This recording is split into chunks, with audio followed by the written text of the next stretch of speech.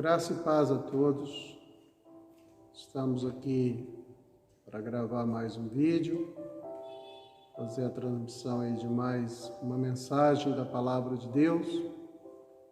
Eu gosto sempre, no início das nossas mensagens, sempre falar um pouco sobre o poder da Palavra, para que nós não venhamos tratá-la de uma forma errada.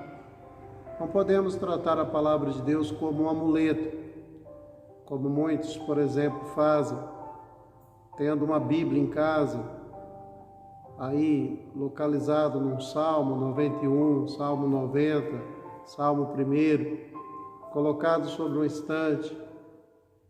A Palavra de Deus, ela não serve como amuleto, ela não é um amuleto de sorte. A Palavra de Deus também, ela não pode ser usada como um instrumento de terror, onde as pessoas vivem apavoradas. Essa Palavra de Deus, ela deve ser tratada, ela deve ser entendida como de fato ela é, uma revelação de Deus para o homem. Nós somos tão ignorantes em relação a tantas coisas. E dentre estas coisas das quais somos ignorantes, está a questão Deus. As pessoas sabem tão pouco de Deus. As pessoas sabem tão pouco dos planos de Deus.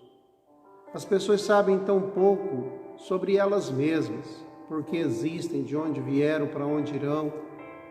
E a Palavra de Deus, ela tem aí essa função de trazer respostas a todas estas perguntas, trazer esses esclarecimentos que nós tanto precisamos. Deus fala dele, Deus fala dos seus planos, Deus explica sobre a nossa existência, sobre o nosso destino. Então a Palavra de Deus, ela, como Paulo disse a Timóteo, ela é proveitosa, ela é extremamente necessária nas nossas vidas. Não consigo imaginar como que uma pessoa possa viver sem a Palavra de Deus, sem as instruções, sem os conselhos, sem as advertências da Palavra de Deus.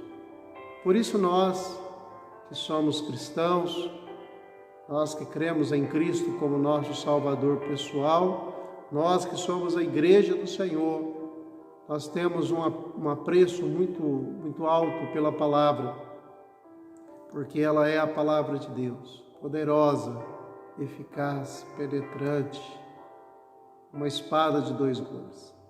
Então, mais uma vez, eu quero chamá-los para juntos meditarmos nesta palavra. Hoje, nosso texto será Mateus capítulo 5. Nós vamos fazer uma leitura daquilo que chamamos Sermão do Monte. Mateus 5, versículo 1 em diante. E vendo as multidões, ele subiu ao monte, e quando ele estava sentado, aproximaram-se dele os seus discípulos. E ele, abrindo a sua boca, ensinava-os, dizendo: Bem-aventurados são os pobres em espírito, porque deles é o reino dos céus. Bem-aventurados são os que choram, porque eles serão consolados. Bem-aventurados são os mansos, porque eles herdarão a terra. Bem-aventurados são os que têm fome e sede de justiça, porque eles serão saciados. Bem-aventurados são os misericordiosos, porque eles obterão misericórdia. Bem-aventurados são os puros de coração, porque eles verão a Deus. Bem-aventurados são os pacificadores, porque eles serão chamados filhos de Deus. Bem-aventurados são os perseguidos por causa da justiça, porque deles é o reino do céu. Bem-aventurados sois quando homens vos insultarem e vos perseguirem, e falsamente disserem toda espécie de mal contra vós por minha causa.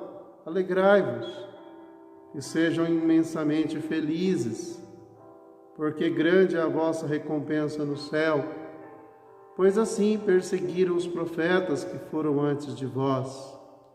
Vós sois o sal da terra, mas se o sal perder o seu sabor, com que há de se salgar? Para nada mais é bom, senão para se lançar fora e ser pisado pelos homens. Vós sois a luz do mundo. Não se pode esconder uma cidade estabelecida sobre o monte. Nem se acende a candeia e se coloca debaixo do alqueire, mas sobre um castiçal, e dá luz a todos que estão na casa.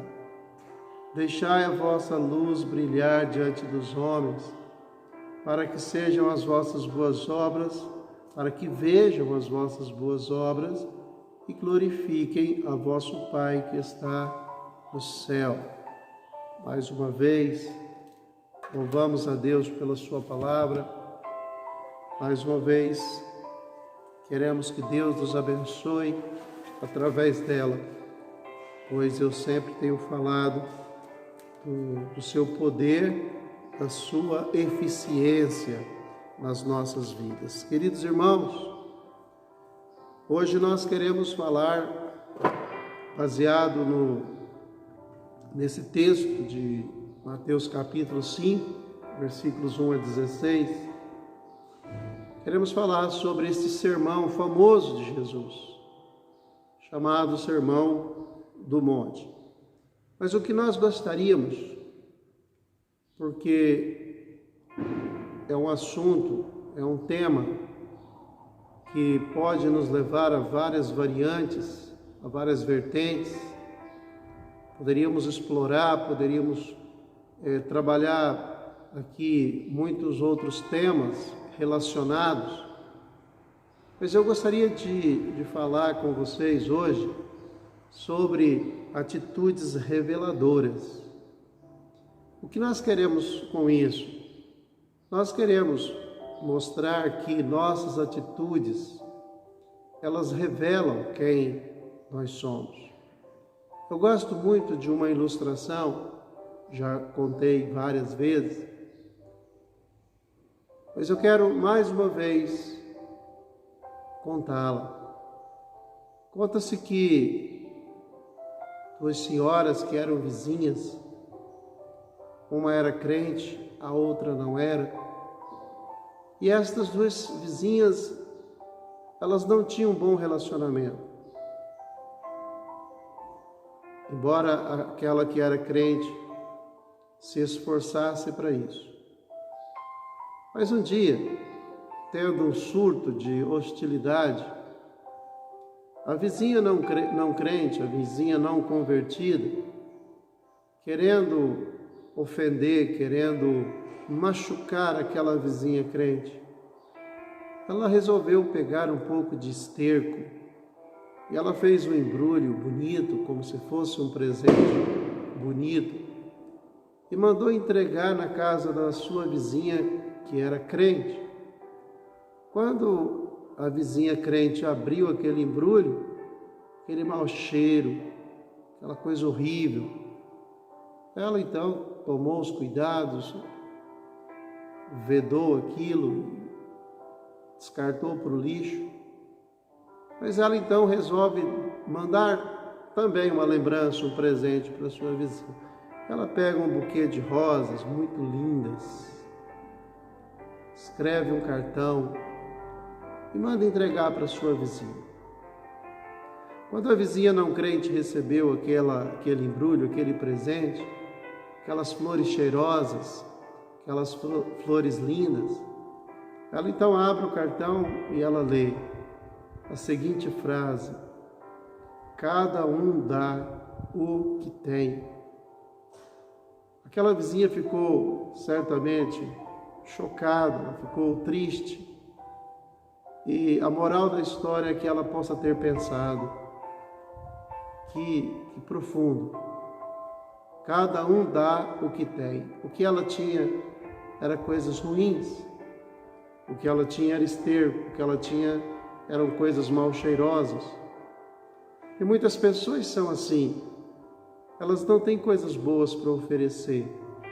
Elas não têm coisas cheirosas elas não têm coisas belas para oferecer para os outros, mas o que elas têm são coisas fedorentas. Ao passo que outras pessoas, como aquela senhora crente, vivem a oferecer, vivem a doar, vivem a dar o seu melhor. Quando Deus, Ele quis nos presentear, a Bíblia fala que Deus nos deu o melhor. Então, atitudes reveladoras. Meus queridos, o que falamos, aonde vamos, o que fazemos, revelam de fato o que somos ou quem somos. E revela também a que propósitos estamos servindo, a que Deus estamos servindo. Que a mensagem de hoje ela seja um divisor de águas mais uma vez, porque eu sempre acredito nisso, que a palavra de Deus ela é um divisor de águas. Ela faz mudanças e transformações em nossas vidas. Bom, entrando um pouco na questão do Sermão do Monte, nós podemos ver que esse sermão ele tem sido muito mal interpretado por muitas pessoas. Algumas pessoas consideram que esse sermão aqui seria o plano de salvação de Deus e que se nós desejamos ir para o céu, nós precisamos obedecer algumas regras. Uma mentira muito explorada por muitos líderes religiosos. Bom, esta é uma interpretação errada desse sermão. Outros chamam de um tratado de paz mundial. Não, esse sermão, ele não é um tratado de paz mundial. Se alguém interpreta assim, está também interpretando errado. E outros ainda dizem que o Sermão do Monte não se aplica aos nossos dias hoje, que esta é uma mensagem que deve ser aplicada no futuro, quem sabe na tribulação ou no reino milenar. Também esta não é uma interpretação correta deste sermão.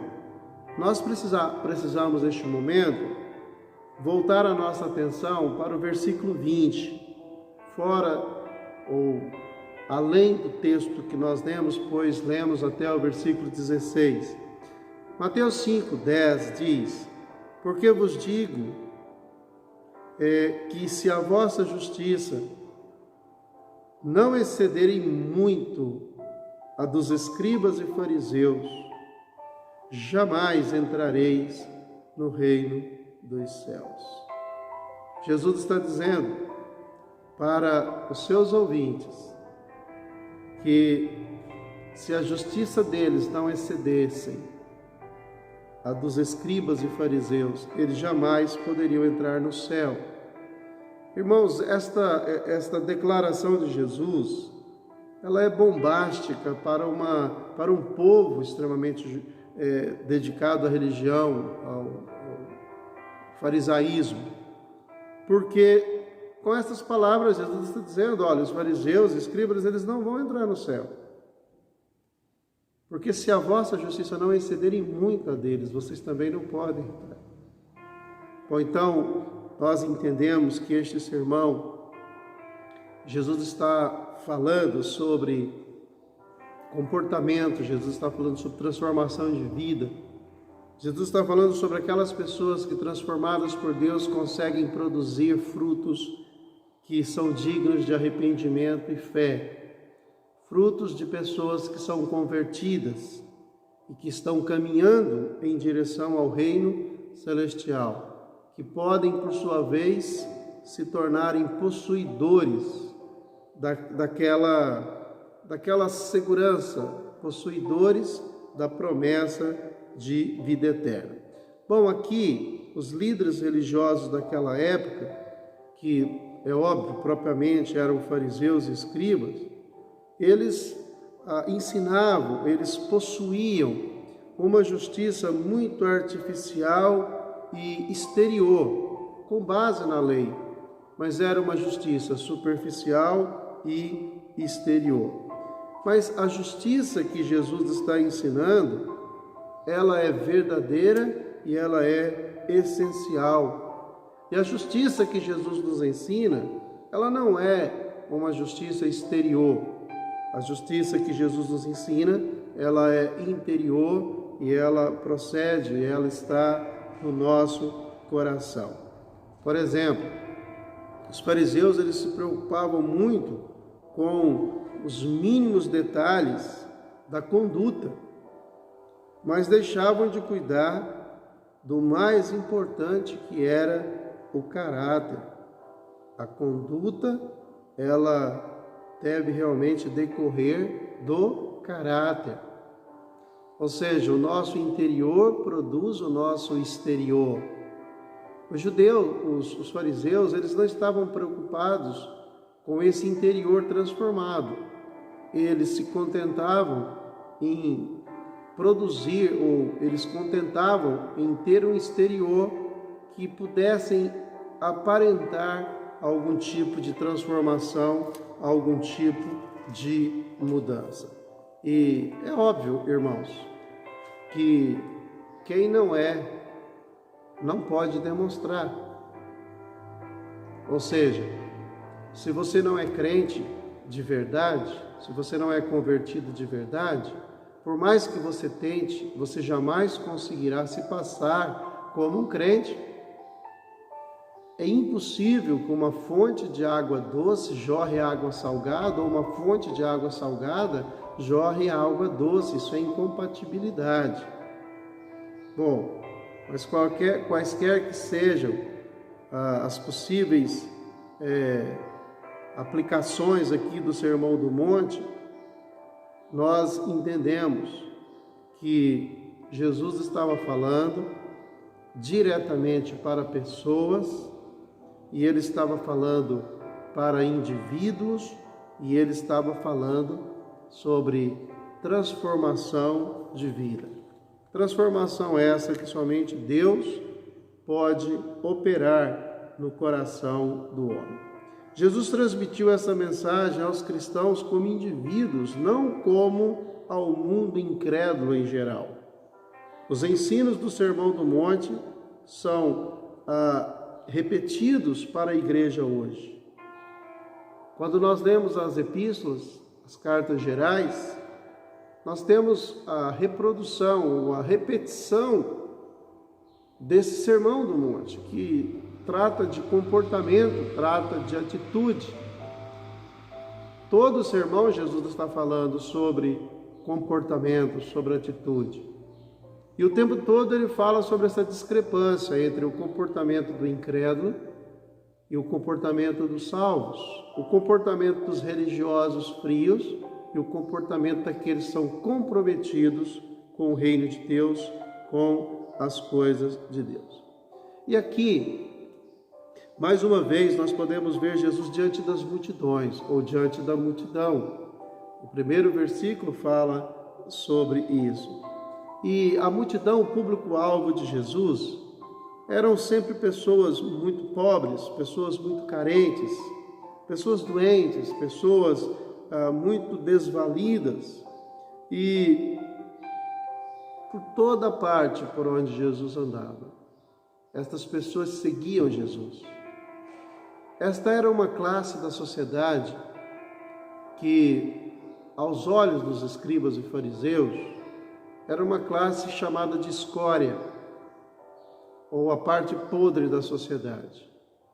Eram pessoas incapazes, na visão dos escribas e fariseus, eram pessoas incapazes de fazer qualquer coisa boa que pudesse dar a elas o direito de alguma coisa de Deus. Porque, olha, os judeus, os escribas e fariseus, eles acreditavam que, baseado no comportamento justo e correto deles, eles acabavam conquistando posições diante de Deus. Então, para eles, aquelas pessoas que não tinham a mesma habilidade e capacidade que eles tinham, não alcançavam, não conquistavam nada diante de Deus. Então, além desse público-alvo de pessoas carentes, os discípulos sempre acompanhavam Jesus porque havia duas razões para os discípulos acompanharem Jesus. Uma delas era para que eles o auxiliassem. Vimos isso na multiplicação dos pães, onde eles trabalham, onde eles têm a função. Mas também, irmãos, era uma maneira deles serem preparados, treinados, porque depois da morte de Jesus, os discípulos, os apóstolos, eles dariam continuidade à obra que Jesus estava realizando. E é interessante quando nós olhamos no livro de Atos, que os discípulos começam a pôr a mão na massa, onde eles começam a lidar também com esse mesmo público-alvo de Jesus, pessoas carentes, necessitadas, que precisavam de cura, que precisavam de alimento, que precisavam de instruções. E, obviamente, aprenderam com Jesus e agora eles podem dar continuidade àquele trabalho. Jesus, aqui no texto, a Bíblia fala, Mateus nos informa, que ele sobe no monte. Interessante esta estratégia, era comum, se subiam num monte, onde tinha uma espécie ali de uma arquibancada lá embaixo, e a posição permitia que a voz pudesse ecoar naquele vale, naquela depressão, de forma, sem o auxílio de amplificadores como nós temos hoje, era possível que ele pudesse ser ouvido por aquela multidão. Então Jesus ocupa ali aquela plataforma e dali ele fala para aquelas pessoas que poderiam ouvi-lo. E é interessante as abordagens, as estratégias de Jesus, porque fortalece aquele paralelo entre ele e Moisés. Moisés foi o grande líder lá no Velho Testamento, e Jesus certamente é o grande líder aqui no Novo Testamento. Ambos falam do monte, ambos estão interessados em ensinar as multidões. Há outros paralelos, como o nascimento. Moisés, por ordem de Faraó, todas as crianças de 2 anos para baixo, se eu não estiver enganado, deveriam morrer para que Moisés também fosse morto. Na época de Jesus, da mesma forma.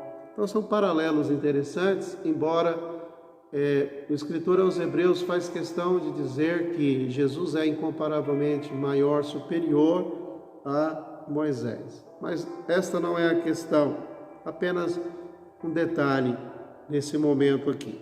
A Bíblia diz, irmãos, que Jesus, abrindo a sua boca, os ensinava. Então, ele assume a posição ali no monte e ele começa a falar àquele público-alvo, aquela multidão de pessoas carentes. E o propósito de Jesus é ensinar a palavra de Deus para aquela multidão. Nós vimos que em outros momentos, o propósito de Jesus era fazer curas, era ajudar e socorrer pessoas necessitadas. Mas nesse momento aqui, parece que a atenção dele maior está voltada para o propósito de ensinar. E ele transmite esse sermão histórico, lindo, profundo, maravilhoso, que já se passaram 2000 anos. E ele é tão real, ele é tão presente na nossa vida, na vida da igreja, na vida das pessoas que conhecem a Deus. E ele então transmite para aquela multidão esta mensagem. Irmãos, nós precisamos dar atenção a algumas coisas que às vezes passa despercebido, porque eu entendo que o público-alvo de Jesus aqui talvez não seja o idealizado por muitas pessoas religiosas hoje.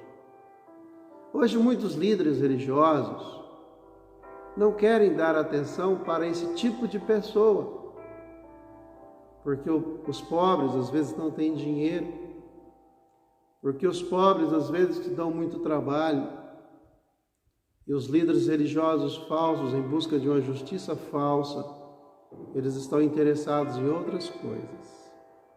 Mas Jesus, ele veio para desfazer as obras do diabo. Jesus veio para socorrer. Jesus veio para atender os oprimidos do diabo.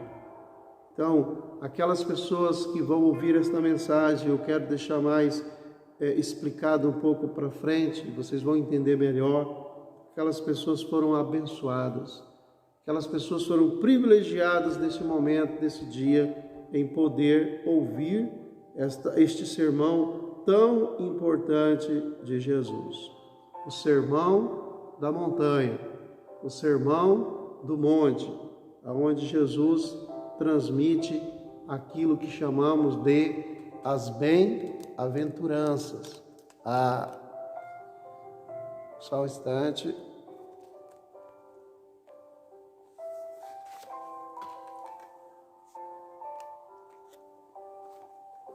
Muito bem. Prosseguindo, irmãos, aquele sermão que é chamado Sermão do Monte, como também chamado as bem-aventuranças ou as beatitudes, primeiro, ele é chamado Sermão do Monte porque Jesus transmite esse sermão a partir de um monte. Mas quando ele é chamado de o Sermão das Bem-aventuranças, é também chamado assim por conta da mensagem que é transmitida, aonde Jesus fala das bem-aventuranças. E esta mensagem transmitida por Jesus aqui, meus irmãos, ela foi uma mensagem inovadora, aonde Jesus está abalando as estruturas daquelas pessoas.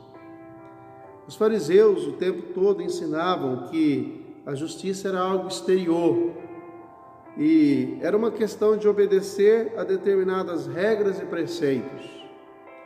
Então eles acreditavam que à medida que você orava, de acordo com a quantidade de suas ofertas, dos seus jejuns, eles acreditavam que esta condição externa ia sendo adquirida.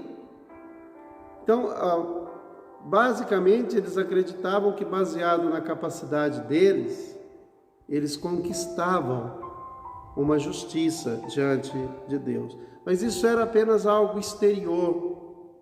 Mas Jesus, ele queria ensinar algo interior, algo que estava no nosso ser, algo transformador. Jesus fala de um caráter cristão que flui do nosso interior.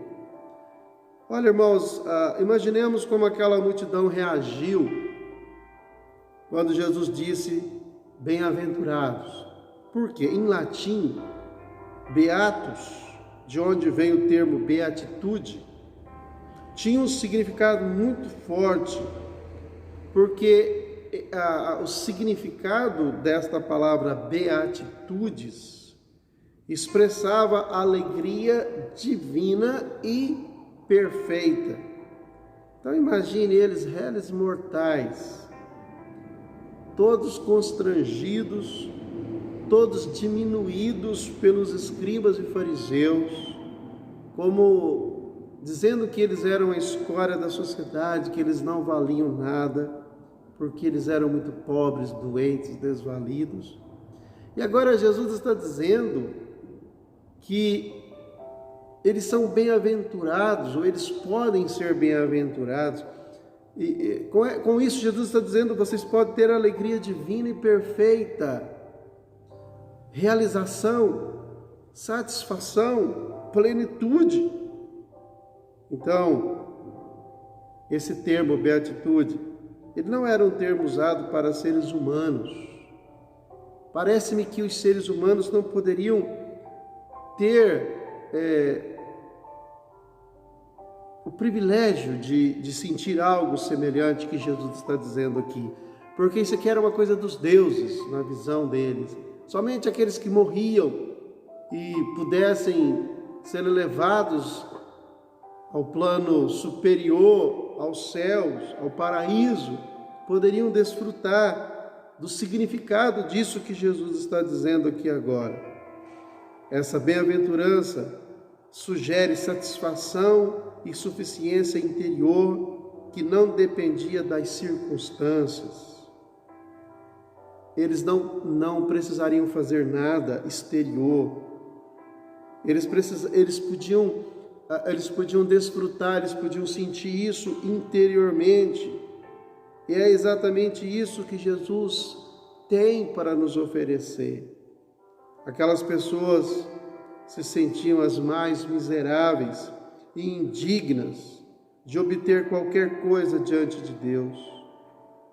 Elas desejavam, ou elas pensavam que somente os fariseus, os escribas, os homens da lei e da religião, que somente eles poderiam conseguir ter esta experiência e sentir esta paz, sentir esta felicidade, ter esta felicidade, este prazer, porque eles se julgavam muito pequenos, estigma colocado pelos próprios escribas e fariseus.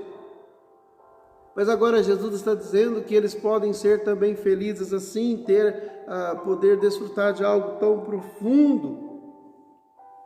Eles pensavam que somente os escribas e fariseus eram santos, perfeitos, e que eles jamais teriam acesso a isso. Infelizmente, muitos escravizam a própria fé, escravizam a própria simplicidade das pessoas.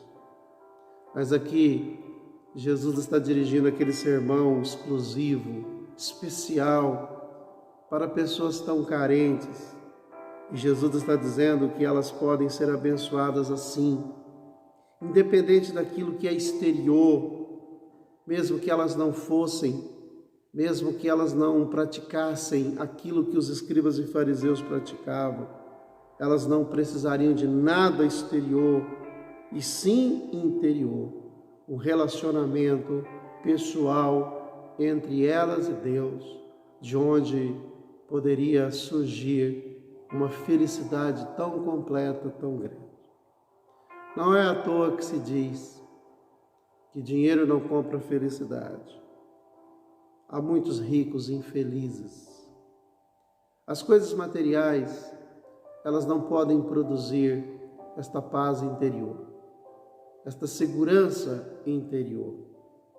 Talvez nós deveríamos ouvir as palavras de Jesus para aquele agricultor: louco, esta noite você vai morrer, e toda esta riqueza adquirida, para quem será?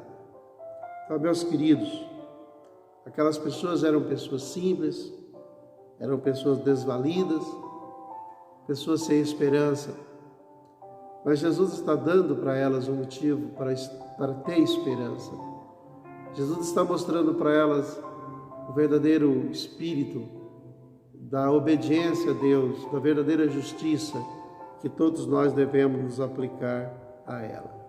E eu gostaria de, na continuação, falar sobre atitudes, então, porque nós intitulamos esta mensagem como Atitudes Reveladoras. Então, nós gostaríamos de olhar algumas atitudes que revelam o nosso relacionamento com o nosso Deus. Bom, deixando um pouco para uma mensagem futura, mas voltando um pouco para concluirmos esta primeira parte, meus irmãos, nós precisamos nos desligar um pouco, nós precisamos nos desconectar um pouco de todo esse estigma criado e colocado pela religiosidade. Infelizmente, nós não conseguimos, não é possível não ver esses traços em nós também. Eu não sei o que aconteceu, eu não sei o que provocou, mas eu sei que esses traços, eles são vistos em nós. Muitas vezes nós somos muito parecidos com os escribas, muitas vezes nós somos muito parecidos com os fariseus. E olha que Jesus dedicou muito tempo do seu ministério para nos ensinar, para falar desse perigo, Nós precisamos parar um pouquinho, irmãos. Nós precisamos pensar um pouco. Talvez nós somos assim porque nós temos medo de encarar a verdadeira realidade do que somos. Talvez nós agimos assim não apenas por medo, mas também para fugir. E nós não precisamos ter medo e nós não precisamos fugir.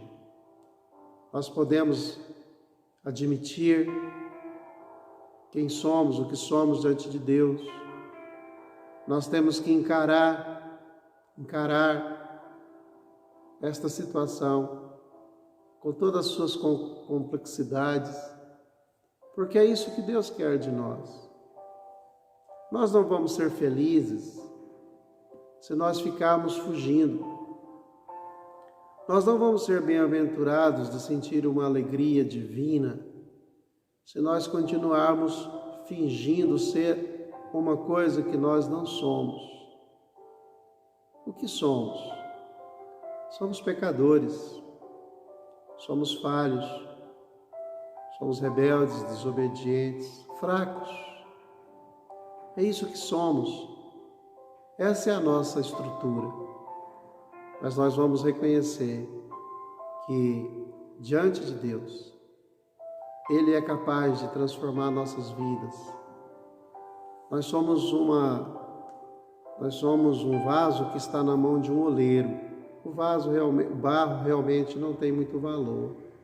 Mas o Senhor vai dar moldes à nossa vida. Ele vai nos modelar e nos fazer ser daquele jeito que Ele realmente é glorificado. Meus irmãos, deixa Deus modelar a sua vida. Deixa Deus te transformar naquilo que Ele quer, para a glória do seu nome. Não fique preocupado com o que os outros estão pensando de você. Não queira ser algo que você não é, mas seja você mesmo diante de Deus. Somos pequenos, fraquinhos, carentes. Somos o público-alvo de Deus. Um coração contrito e arrependido, Deus não desprezará. Então, que Deus te abençoe neste momento com esta palavra.